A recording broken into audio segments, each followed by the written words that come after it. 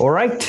Good morning and welcome to this amazing session and webinar that we have put together just to understand what's happening in the matters derivatives and the SLB market.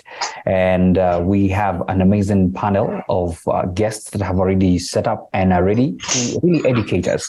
And we want to make this conversation a little bit as interactive as possible to really get you to understand what these products are and everything else. For those of us who are joining us through Zoom, I want to request that once you get in, kindly mute yourselves. Let me help them out as well, so that at least we can all focus. Thanks a lot, Martin Kitinji as well. So I'm just requesting them to mute. And for those who are joining us on YouTube and Facebook, karibuni sana. So that being said, we want to just jump in right away to get to understand how do we flow into this, and just to appreciate the fact that we'll be having these conversations going on a lot, so that at least you never sit back saying, I didn't know, and so that you can invest as much as you can. So thank you so much. And I want to, first of all, start by really welcoming Justice. Justice is in charge of derivatives right here at the NSE, and is going to start the session by just letting us know with a quick preamble on what these products are all about and how we can just jump in a very quick succession of about 4 to 5 minutes and moving forward. So Justice, karibu sana. Thank you very much, Maina. Let me just start by sharing my screen so I can at least take everyone through what the derivatives are like. I hope you're all seeing the screen. Yes, we can see it. Go ahead. All right, fantastic. So the derivatives market, sorry, one moment. Yes, okay, got it. So the derivatives market in Kenya was introduced a few years ago, and it was mainly driven by several key factors why we found it very necessary to have a derivatives market in the country. So one of these was because of price volatility. When you see prices moving up or down in the equities market or in the normal shares market, then we had to introduce an avenue for all investors to be able to capitalize on that. Another reason was also because as the global economies and markets are evolving, then there was also need for us to be able to adapt and be able to not only catch up, but also become a market leader. So we were also one of the first derivatives markets in Africa, after South Africa. There was also need for people or investors rather to be able to have a risk management tool to be able to allow them to mitigate risk of market volatility. So the derivatives products also allowed investors to be able to protect themselves in that way. And lastly, was also a way for investors to be able to have multiple avenues to capture capital gains in the market. So those are the really big driving factors behind the exchange launching the NSE derivatives market. So just to take a step back so we can understand what a derivative is. So a derivative is simply a contract, a rather financial instrument that allows an investor to be able to trade an underlying asset. So in this case, there's a variety of options that could have been commodities, bonds, equities, or currencies. So for our exchange, we decided to start with equities futures contracts. So this allows you to be able to transact future contracts at the current prevailing prices. So this also allows you to be able to buy or go long or short or to sell and be able to capitalize on both sides of the market. In terms of the journey of the derivatives market, it started with our launch in 2019. We started initially with 5 companies. So that was Safaricom, KCB, Equity, BAT, and EABL. And then we also had the NSE 25 index. At the time, we started with 7 trading members of brokers and 2 clearing houses in order to ensure effective trading and settlement. And as we developed, we were able to introduce ABSA as one of the futures and begin conversations on market making. which was introduced in 2021. So the market maker is just an entity that provides liquidity to all investors in the market, just to ensure that investors are able to make an easy entry and exit into the market. In 2021 as well, we also had the introduction of the first FX online broker, being EGM Securities. And we also introduced a mini NSE 25 share index future that allowed for smaller transactions to take place in order to benefit even the retail clients. And in 2022, we also added KCB as a clearing member for the market. We also introduced 4 more securities, which was Cooperative Bank, Standard Chartered Bank, I&M, and NCBA as the new futures. We also had the introduction of Scope Markets as a trading participant. And over the years, we've seen that the market has been able to grow. We started in 2019, as I mentioned, trading only 565 contracts, where we've been able to grow to be able to trade 7,000 contracts in 2021 with a total turnover of 289 million. And last year, we were able to trade 131 million. So you can see there's a lot of development that has gone into growing the market. So just a brief recap on the companies or products that are available. So we had Safaricom, KCB, Equity Bank, EABL, BAT, ABSA, Stanchart, NCBA, and I&M, Cooperative Bank. Those were the single stock futures that we have. And then the indices were Nairobi 25 share, the NSE 25 share, and a 25 share mini. And just basic understanding of how these futures contracts are structured. So they're all based on an underlying asset, which were the securities I've just mentioned. They're all standardized, so that means they are all traded on a quarterly basis. They are exchange traded, which means it's also a regulated product. And valuation and settlement is also done on a daily basis. So you can be able to effectively monitor your portfolio.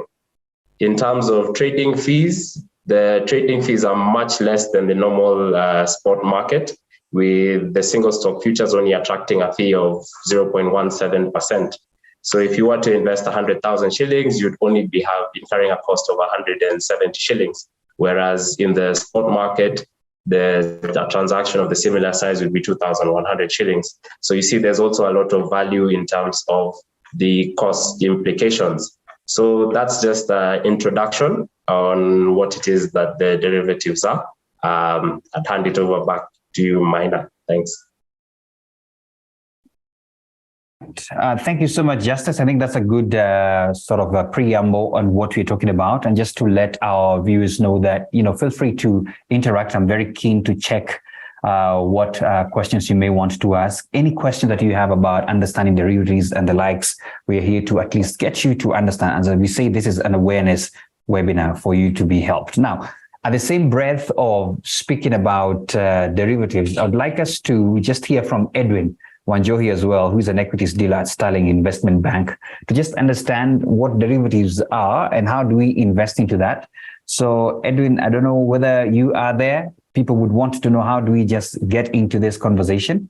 So I think just as you can stop sharing so that at least Edwin as well can be able to help us understand this. Edwin, karibu sana. Okay, thank you, Sana. I think just to cover most of what derivatives entail and how to go about trading. So I think the first thing you need to do when you want to invest in the derivatives market, you maybe need to familiarize yourself with the product, understand the risk involved, because there are also, as much as there are benefits to invest in derivatives, there are also risk components involved. So once you're familiar with the product, you have to visit one of the approved stockbrokers who are derivatives traders. And after that, obviously, we're going to onboard you and we'll give you access to the online platform so you can go about investing in derivatives. Now, one of the key benefits of investing in derivatives is that you're able to protect the portfolio. If you already have a portfolio that, let me give you an example. If you hold shares in maybe, let's say, Safaricom, the price is coming down, and you don't want to sell your shares, but you can also take an opportunity whereby you come and you short the derivatives contracts, So you're able to benefit when the price is coming off without selling your underlying shares. So that's one of the benefits of investing in derivatives. Apart from that, also the low sums of money involved in terms of initial capital, because these are leveraged products. So, and you need to also understand that when you use leverage, that means your returns are also enhanced because of the leverage. And also the low transaction costs, like just as mentioned, you're talking about 0.17% in single stock contracts and 0.14% in index futures. So those are the costs of trading in derivatives. So as you can see, there are very low cost elements in trade. So you can also trade multiple times in a day, not like in the normal market where you have to wait for 3 days for your shares to settle. Here you can come and buy and sell the same day.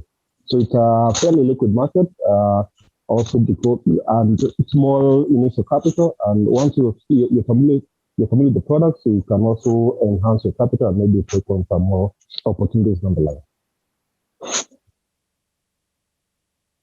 Thank you so much, Edwin, for just that preamble. I think what he's saying is that it's as easy as going in and really getting to dive into understand this market. And then let me just give a caution of really to let you know that everything is a risk, and sometimes the risk is actually to get to dive in and to get to know. And as you heard from Justus, these are lesser risky instruments to invest in. It doesn't require all that huge capital as just going directly to products. And I'm sure Justus can elaborate that more. I'm still in the school of learning as well. And just in the house as well, maybe you could be asking whether are these products regulated? Are these products, the derivatives market, is it something that is already regulated? And I wanted to acknowledge that we have Dr. Peter Onyango from the CMA in the house. I would like him to say something on the regulation aspect of this. So if you could come in, Peter Onyango, to just say a word on that, Dr.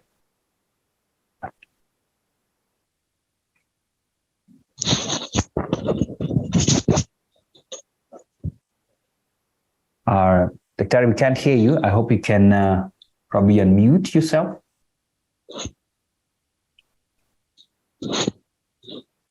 Anyway, I think actually, even as Dr. is getting ready, we can give him the last session because, they are the ones mandated to ensure that every product that we are talking about here is regulated. Let's jump into the other element of the product we're talking about. That's none other than the SLB. What is that? What is all that about? And of course, in the house, we have CDSC represented, and Steve Atema is right here, the Senior Associate Marketing and Brand Management at CDSC. So Steve, if you could kindly take us through your 5 minutes of what are SLBs and how can people really dive into this instrument. Karibu. Thank you. Thank you, Maina. Just a minute, just confirm if you can see my screen.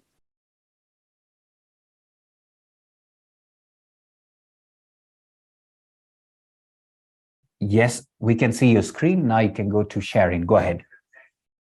You're good? Yes. Okay. So yeah, we are here to talk about, or I'm here to talk about the securities lending and borrowing product or platform, as we'd like to refer it to. And the textbook definition of SLB would be that it's a temporary transfer of securities from one party to another, the parties here being the lender to the borrower at a fee, where then the lender is earning what we call a lending fee, and the borrower is trying to engage in trading strategies in the market. But just to simplify it for our audiences, what SLB or securities lending and borrowing allows an investor to do is you have securities that you're holding for the long term, and you're not too keen on selling them, at least in the medium term, and you're not so much bothered about the price movements, but you are keen on maybe the corporate actions. This include dividends. So securities lending and borrowing allows you as a lender, as an investor, to lend these securities for a temporary period. After you lend them, you are able to earn what we call a lending fee. It is usually interest. It is usually interest income. So you can add 10%, 8%, 9%, depending on how the market performs. And then the borrower takes those securities, does what we call short selling, or engages in what we call short selling or any other investment strategy, and then they earn their money from the difference in prices. So securities lending and borrowing in brief is it allows the lender, who is the investor who is holding securities for the long term, to lend their securities and earn an income in the period in which the securities are available for lending. Now, the main people who are targeted for this type of product are, would say, largely the institutional investors, who would be pension funds, insurance companies, banks, asset managers, as well as investment companies that might be engaging in both the lending side or the borrowing side. But we are not saying that it's only limited to those institutional investors. Any lender, any investor who currently holds securities in the market can talk to an SLB agent and participate in SLB. Now, the securities lending and borrowing product is distributed or is offered through people we call the SLB agents. SLB agents are basically your stockbroker, but now there are some stockbrokers who have been given additional access to this platform, and they're called SLB agents. How does SLB work? If I want to participate in SLB as a lender right now, as an investor in the market, what I would need to do is contact SLB agent. Right now, we have around 13 SLB agents, as you see in my presentation. I hope you can see them. We have SIB, Sterling, Faida, AIB Axis, Kingdom, and the rest. But you're also onboarding additional SLB agents. So if your broker is not part of the list, that does not mean that they cannot access the product, at least in the long term. Sorry? Just go ahead. That was a participant that just interrupted you, Steve. Go ahead. Okay, so yeah. So I was saying, if you want to participate in SLB agent as an investor right now, what you would need to do is contact an SLB agent. And like I told you, an SLB agent is basically a stockbroker. So you'll see the 13 SLB agents here. They are what you are usually accustomed to as stockbrokers. You submit what we call a lending instruction. A lending instruction, to simplify it, is like the order that you place for selling or buying of securities. After you submit your lending instructions, then the SLB agent confirms that indeed you have the securities that you want to lend. And after that is done, they'll capture it in the CDS, the same way they capture your orders on the ATS. And then after that is done, then the other leg of the transaction starts, which is now the borrower who wants to borrow these securities. So assuming you've decided to lend 100,000 Safaricom shares, you would go to SLB agent, submit a lending request and say, I want my 100,000 Safaricom shares to be lent at this particular rate. So the SLB agent then places that request in the market. And then on the other end, there is a borrower who is saying, I need this 100,000 Safaricom shares to engage in my investment strategies. So after they make their borrowing request, that transaction is said to have been matched. And when that matching happens, then the transaction is live, and you can start earning your lending fee depending on how long the transaction is supposed to last.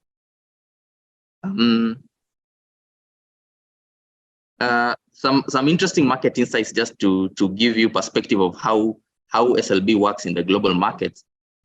Internationally, at least last year, the SLB securities lending industry generated around $9.89 billion for the lenders in that platform. This was an increment from around 9.28 in the previous year. And then we also have what we call broker-to-broker activity. This is where in the developed markets, you would find that SLB is also being transacted. You would find AIB and, say, Kestrel are also engaging in SLB as institutions. And the volumes or the numbers for that platform, for that transaction for last year was around 2.73 billion. The main securities that were that generated income for participants, this is lenders and borrowers, were Lucid Group. Lucid Group is an entity or a listed company that engages in electric vehicles. Then there is also GameStop, Beyond Meat, Cyrus, XM Holdings, and Cassava. So these were the biggest entities that were short sold in that period, generating lenders around $769 million in 2022. In the beginning of the year, that is in January, we have had several also record transactions, and In January, we had around 890 million in revenues for SLB for 2023, which is slightly up from 703 million the previous year. So we can't talk about SLB without giving you examples of how actually people would have made money in the market. So assuming that an investor in Safaricom Securities last year decided, Safaricom have already paid their corporate actions. I believe they paid them in around September. They have already paid their corporate actions. I've already received my dividends. Now I want to earn additional income from the market. So what would happen is this investor would go to the SLB agent and tell them, I want to lend my Safaricom shares for say 6 months in the market, and my rate is 9%. Why 9%? Maybe they are saying I want to make a competitive return as much as I would be making maybe in my T-bill investment. But remember, this is securities that they would not have ideally even been selling in the first place. So they lend their securities for that period, 9%. This is a case example for around 1 million Safaricom shares. An SLB agent also on the other end with their client is saying, I want to borrow Safaricom shares because maybe they have done the analysis and they feel that Safaricom shares is going to have some fluctuations in their prices in the near term, and they borrow at that same rate, 9%. For say 6 months, but now because the period are not yet lapsed, we are looking at it up to the end of February. So this SLB transaction, the lender would have earned for 140 days. The lender would have earned around 718,000, all in lending fees. Security just provided for lending, and 718,000 generated within 140 days. On the borrowing side, the borrower would have earned, after paying the lending fee and all the transaction charges, 909,000. That is for Safaricom, and the main reason was because of that fluctuation, as you may have had, especially during January season. So another example would have been a big market player like KCB. KCB also, this is a hypothetical case. You lent them in October up to February, up to January. In that period, there was a corporate action for KCB. So that corporate action that occurred in KCB, you as the lender is supposed to earn it, despite the fact that you've lent those securities. So in that period, with the corporate action, the investor would have earned 1.9 million, 1 million being corporate actions and 900,000 shillings being lending fees earned in that period. That is just for 105 days. On the borrowing side, the borrower would have made around 918,000. And remember, the lending fee is being paid by the borrower. So despite the fact that they are paid 901,000 shillings, they are still left with 918,000 as income for the risk they have taken. Another example that you can see is Kengen, where an investor decided to have a speculative trade and just lend their securities, and the borrower took the securities again at the same 9% rate. This 9% is for purposes, and you will find that in the real market situation, you can take 8, 9, 10%, depending on how the stock is performing and how the borrower or the market is viewing that lending fee. So this 9%, please note that it's not, we are not saying that the lending rate will be 9%. It is just a rate that has been provided for illustration purposes. Because this is also a small cap stock, you are lending it at 9%, and it's 4.7 shillings when you are lending. When the borrower is returning them, they're returning them at around 4%, at around 4 shillings. The income for the lender for this short period, around 130 days, is 127,000, and then the income for the borrower would have been 500, almost 500,000.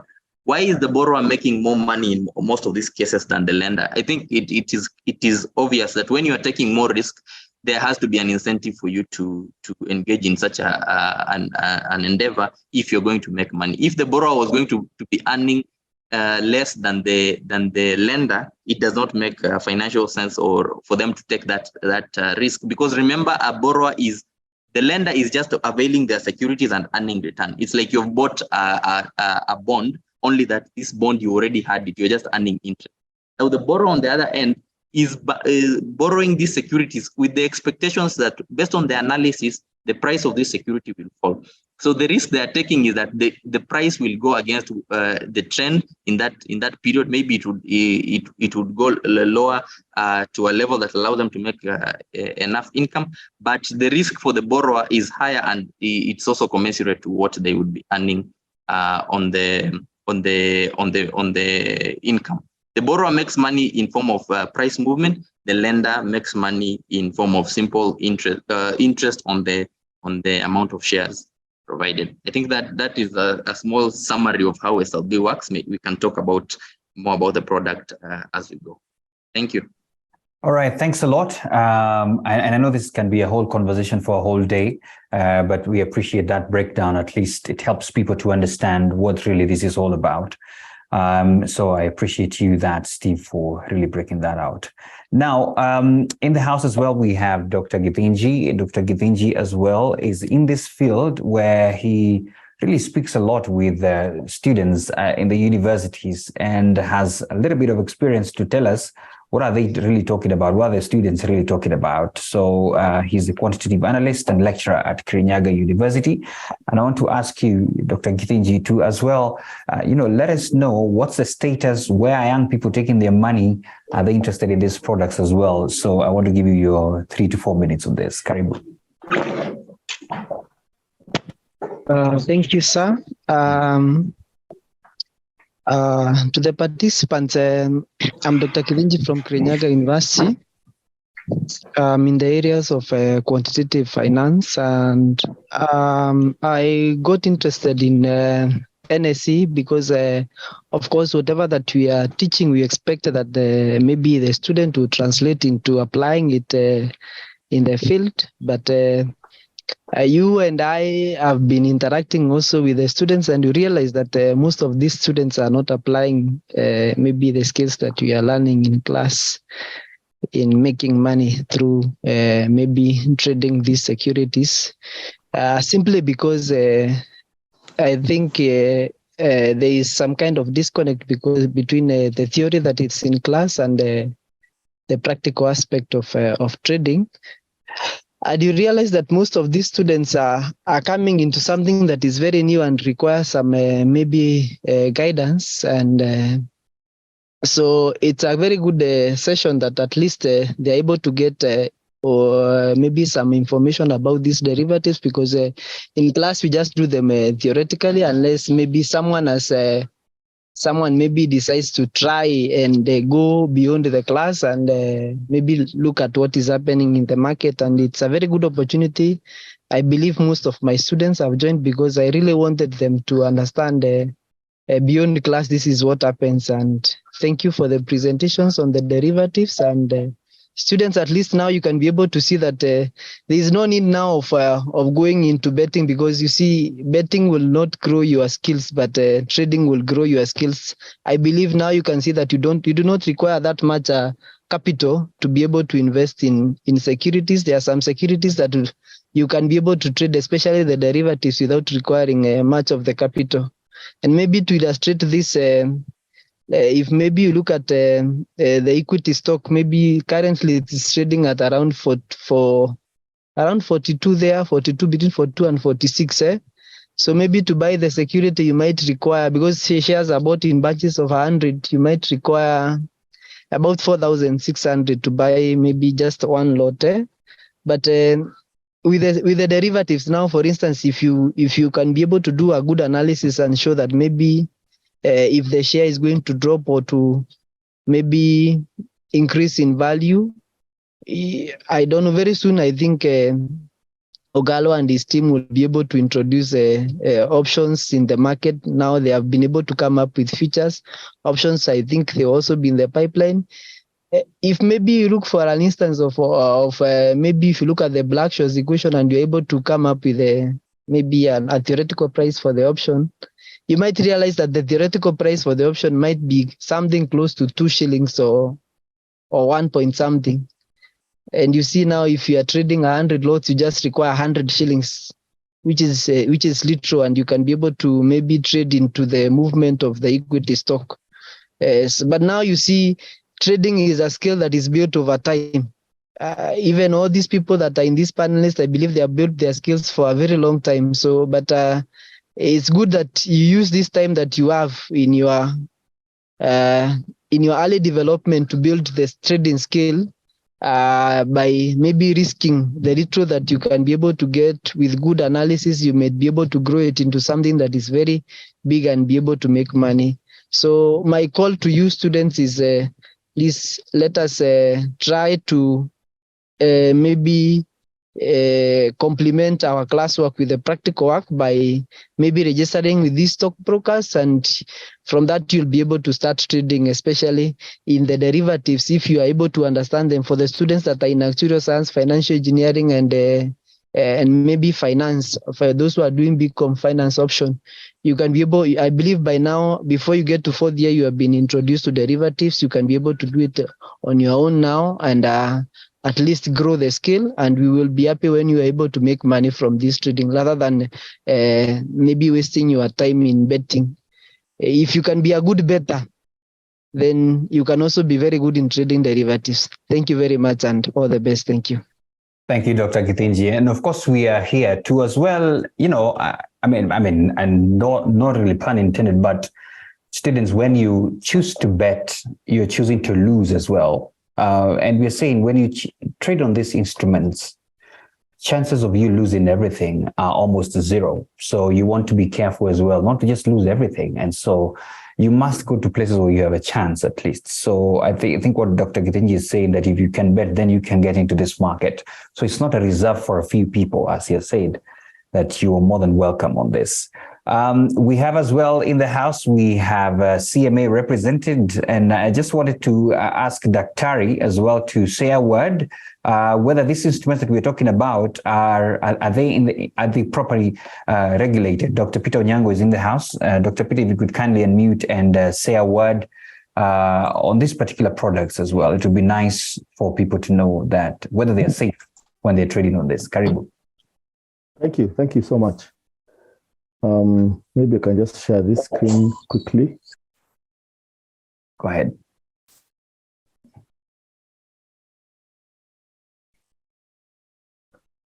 So, students and Kenyans, asante sana ku join.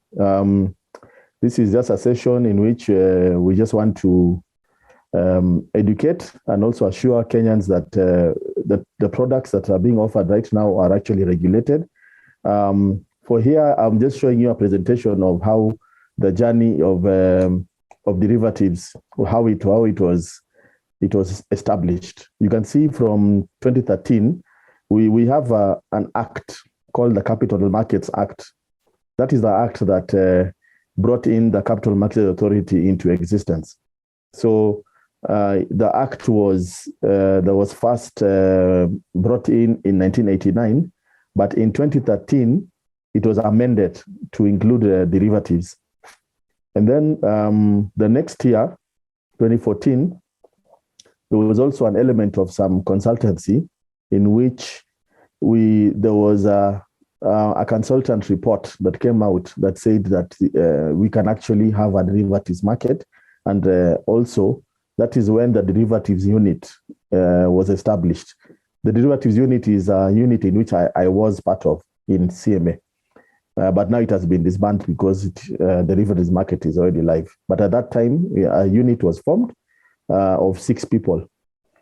2016, we have regulations. Now, regulations are subsets of what is in the Act. The Act will just say we shall establish a derivatives market, but the regulations will say how it will be established and who will form it and how it's going to be fractured.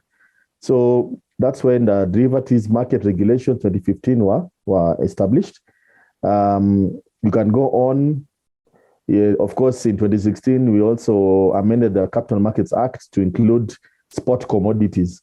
Now, when you hear the word spot commodities, think of your maize, your tea, your coffee. How are they going to be regulated? How are they going to operate in an exchange? And of course, students, you know that you can actually put a derivative of a commodity. in America, they have wheat futures. So this is something that even the government is looking at, how to make derivatives out of commodities like maize, beans, and even wheat and tea and the rest.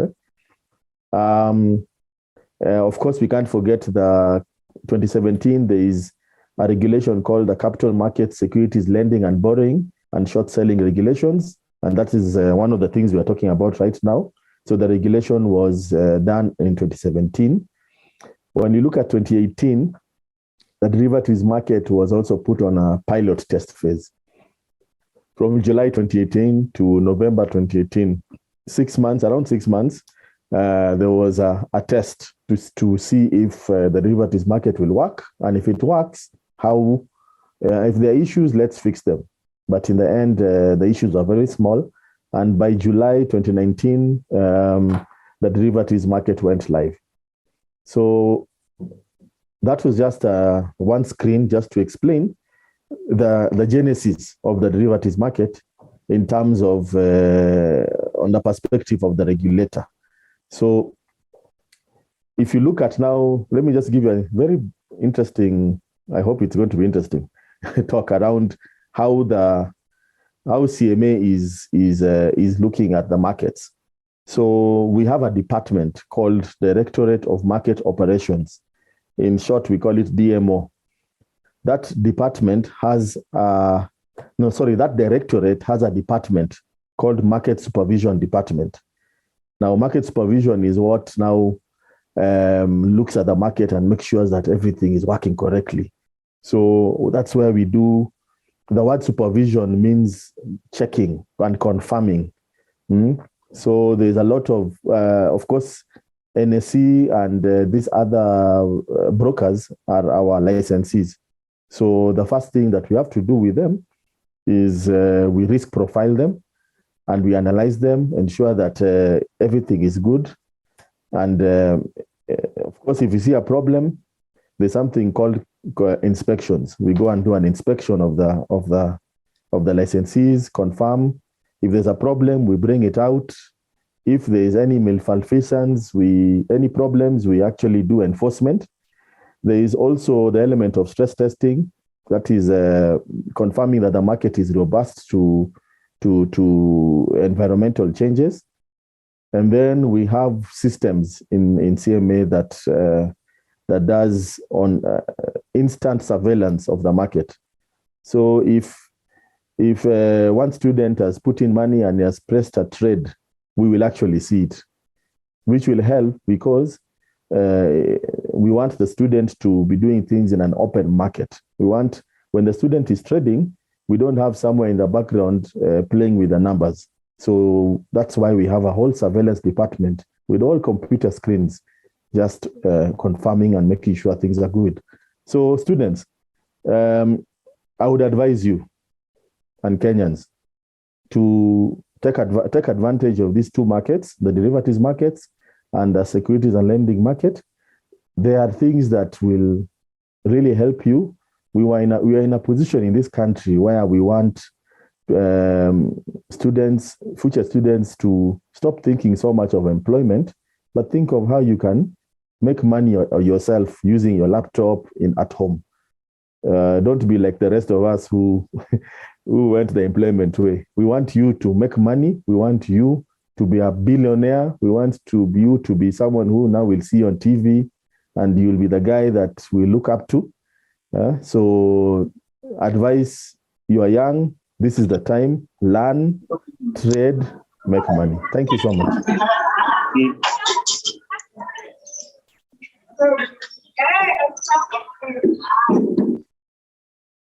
Sorry, I'm also working here to ensure that I can mute some people coming in with a bang. But thanks a lot to Daktari for that preamble and really just ensuring that we know that we are trading on safe instruments. So students, as you can hear, and even all the participants, jump in. I don't know what you're waiting for.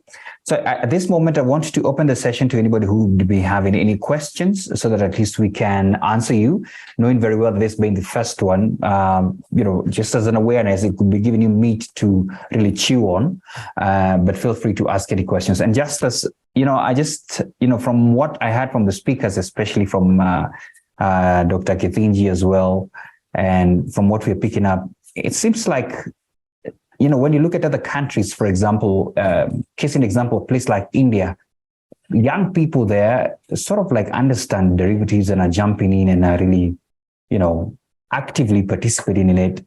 I don't know, from your own perspective, yes, you're the custodian here at the NSE. What is the problem? Why are we not really seeing that revolution sort of taken up? Thank you very much, Mina. Well, to be honest, even in the global markets, yes, futures trading is actually quite a very well dominated space by the retail market. Yeah. And so some of the initiatives we are trying to do even as the exchange is to ensure that there's that public awareness that the product exists.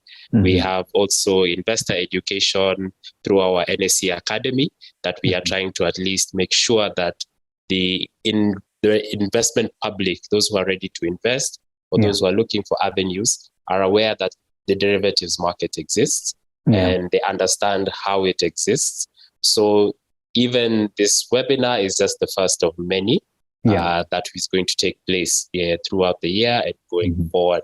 We've also had quite a number of engagements, even with universities, which is also how we were able to be introduced to our good friend, Dr. Kithinji. So there will be a lot of effort towards public education to really drive the market. And we are working hand in hand with our market players, such as the CDSE, with our regulators, CMA, and also our trading participants, to be able to assist the whole public to walk this journey to making sure the derivatives market is competitive as it is, as you mentioned, in other countries globally. Okay, thanks a lot for that. I just wanted to hear a comment from the brokerage side of things. I don't know what's your comment on this. Sorry, I'm still trying to sieve as much as possible on the questions that are coming through. So I don't know what's your comment on this, Steve? Not Steve, sorry, Edwin. Are you seeing some excitement on this, or we still have a lot of work to do?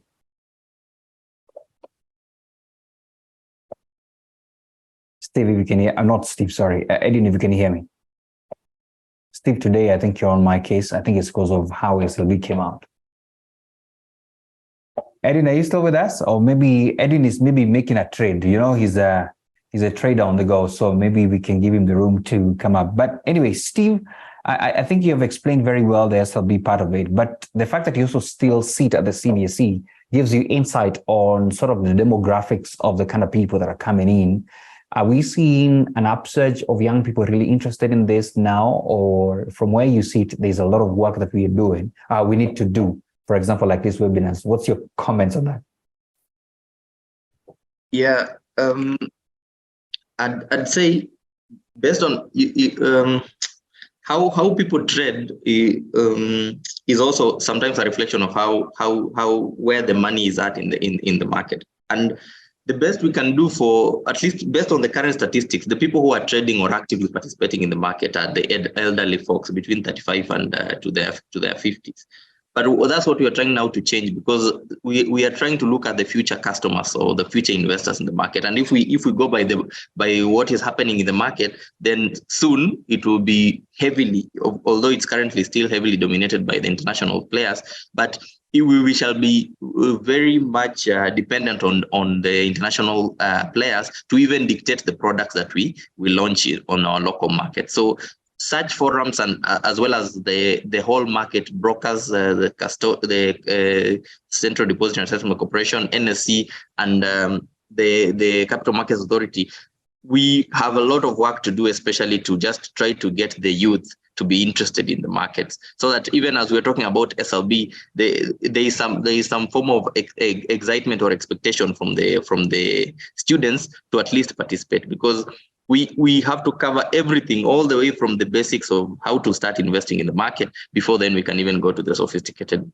products such as the derivatives and SLB. But I think it's something that everybody in the market is aware, and we are actively trying to just get the market and get especially the youth to be active participants in this space. So having such webinars, having those engagements directly with the students in the schools, trying to have the different types of content that actually resonates with them is part of what the market and the participants are really trying to push. So you should be seeing a lot of engagements that is focused on this group between the 25 and the 35-year-olds. Well, that's good news for everybody who's listening, especially the young people, that there's a lot of engagement coming in. And maybe, Steve, as you're bound to go in there, I'm sure Dr. Martin can give you a tip or two. Are we packaging this well enough, Dr. Martin, for the young people? You're dealing with them every day. Is it attractive enough? Or maybe we need to put some chocolate on it? That's just a way of just looking at it. What's your comment on that?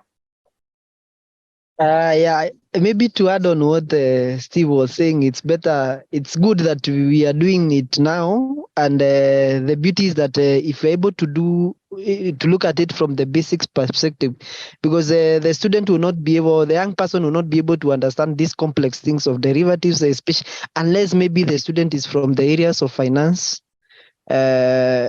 It's good that we can be able to start with the basic concepts of trading, and then maybe we advance to the complex financial instruments. Great, thanks so much for that. I would like to, in fact, time has so far gone. I mean, we are only about 4 minutes to the top of the hour. And I just wanted to allow us, all the speakers, to speak directly to some of the potential investors that are here tuned in. And also, people who are in and probably wondering, are these instruments to diversify? So in other words, I'm asking you to prepare a 60-second sort of parting shot.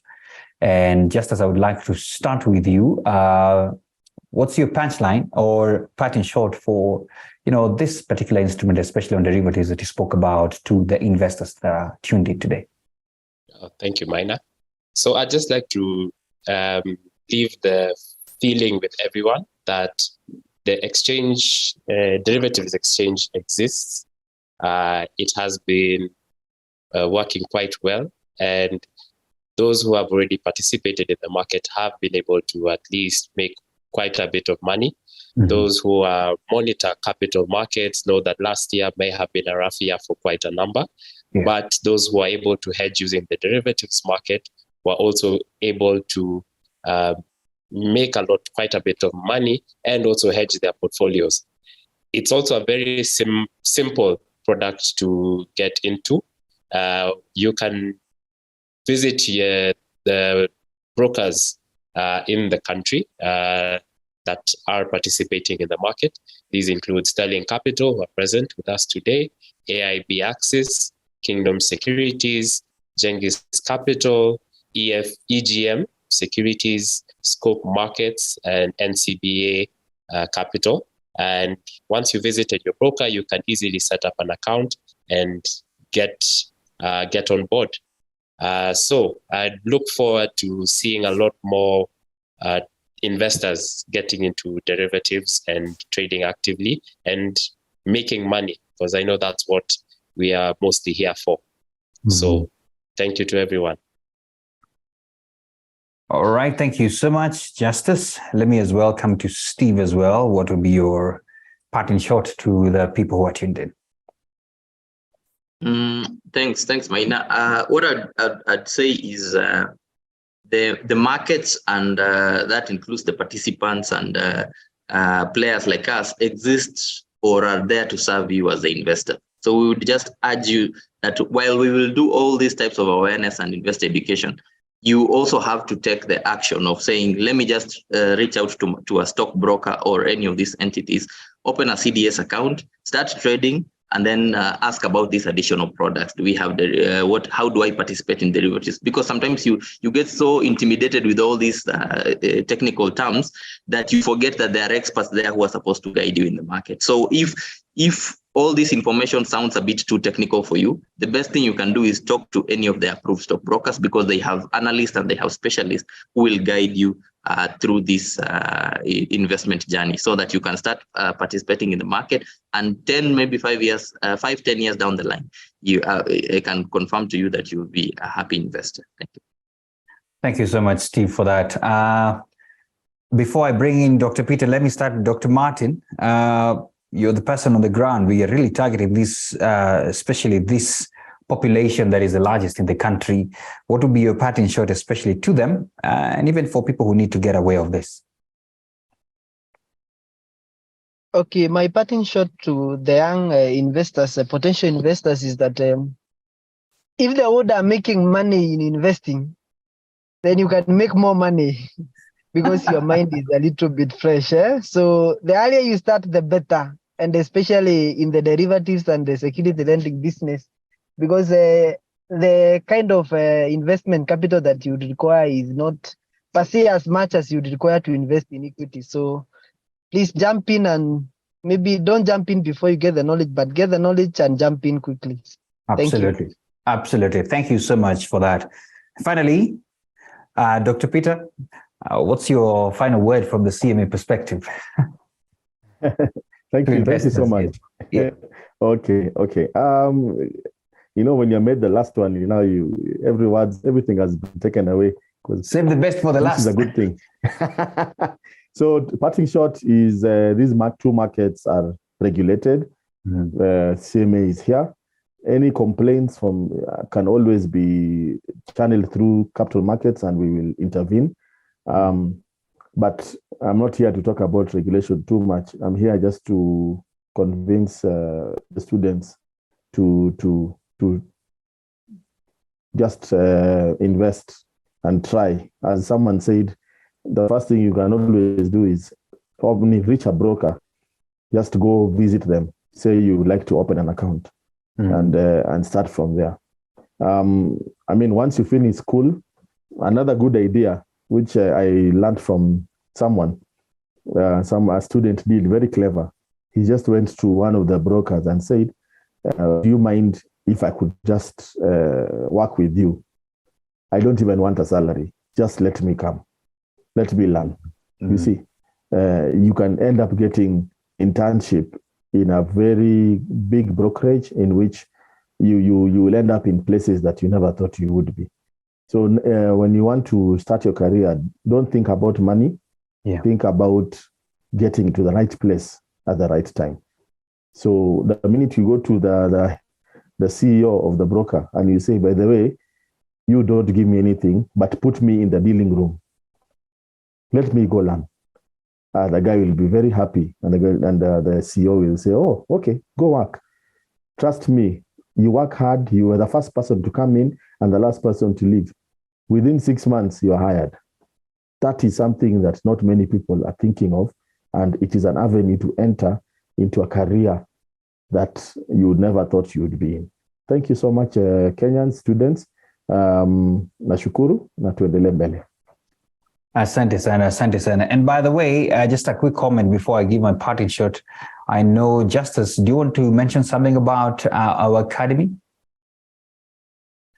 Yes, so as part of this investor education initiative, the NSE has the NSE Academy, which is available on our website, nsc.co.ke, that you can find quite a lot of content that allows you to be able to learn about the capital markets in general and all these exchange products, as well as getting insight into how to invest in equities, shares, derivatives, SLB, and just be able to build a portfolio and start the journey and perfect your journey towards financial literacy and profitability in your investments.